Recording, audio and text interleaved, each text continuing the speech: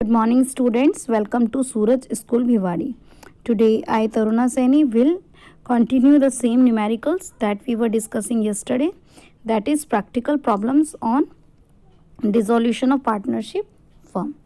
So, let us have a sum, and you have to do the same sum in your notebook. XYZ are partners. Ratio is 1/2, 3/8 and 1/8. बेटा जब कभी भी ऐसा हो तो आप सबसे पहले इनके डिनोमिनेटर्स को इक्वल कर लो. तो ये क्या बन गया 4, 3, 1. ठीक है, एक ही रेशो होता है इसमें. अब they wanted to dissolve their firm. वो अपनी फर्म को क्या करना चाहते हैं, डिजोल्व करना चाहते हैं. एक तरफ असेट्स दी हुई है, एक तरफ लाइबिलिटीज.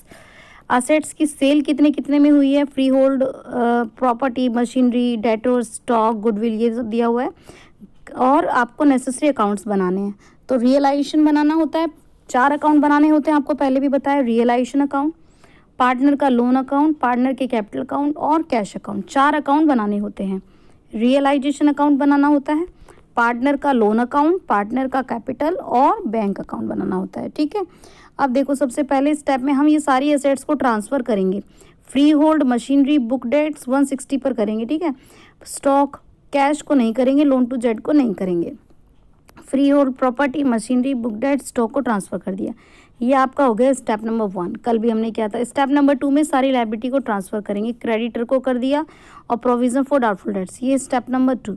अब हम असेट को सेल करेंगे. वैल्यू दे रखी है 220, 1 लाख, 10% लेस, 120 एंड 40. तो ये जो आपको दे रखी है सारी एसेट्स को सेल कर दो. ये सारी एसेट को सेल करके यहाँ अमाउंट आ गया नंबर 3. अब आपको क्या करना है, क्रेडिटर को पे करना है. पे कर दो क्रेडिटर को. स्टेप नंबर 4, आप अपने एक्सपेंसेस पे करो.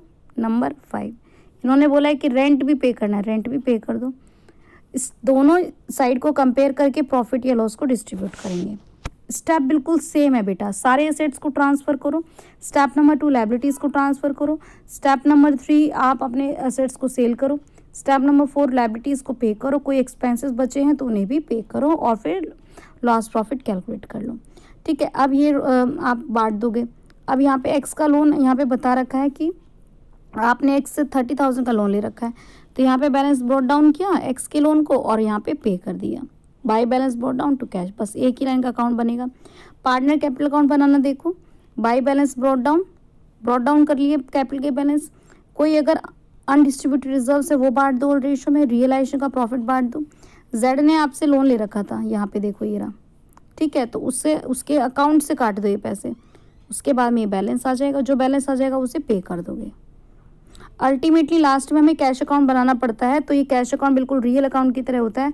मनी आ रहा है तो यहाँ डेबिट में लिख दो और अगर मनी जा रहा है तो यहाँ क्रेडिट में लिख दो. तो जो पुराना बैलेंस है, कैश का पुराना बैलेंस है आपका 20, फिर आपके पास ये वाला आया और ये आपने पे किया. जो पे किया वो क्रेडिट में लिख दो. ये आपके पास पुराना था, ये सेल करने पर आया. फिर आपने अपने क्रेडिटर पे किए, एक्सपेंस पे किए, रेंट पे किए, एक्स का लोन, कैपिटल. जब आप लास्ट में ये टोटल निकालोगे ना तो ये दोनों बिल्कुल सेम आएगा. आप इसको अच्छे से करके देखेंगे अपनी नोटबुक पर कि आपको अच्छे से आया है कि नहीं आया है. बुक की भी हेल्प लेंगे, स्टेप्स को भी फॉलो करेंगे. जो स्टेप्स बताए उनको नोट कर लेना. जो जर्नल एंट्री में स्टेप बताए थे उसी के हिसाब से होगा. ठीक है, थैंक यू सो मच.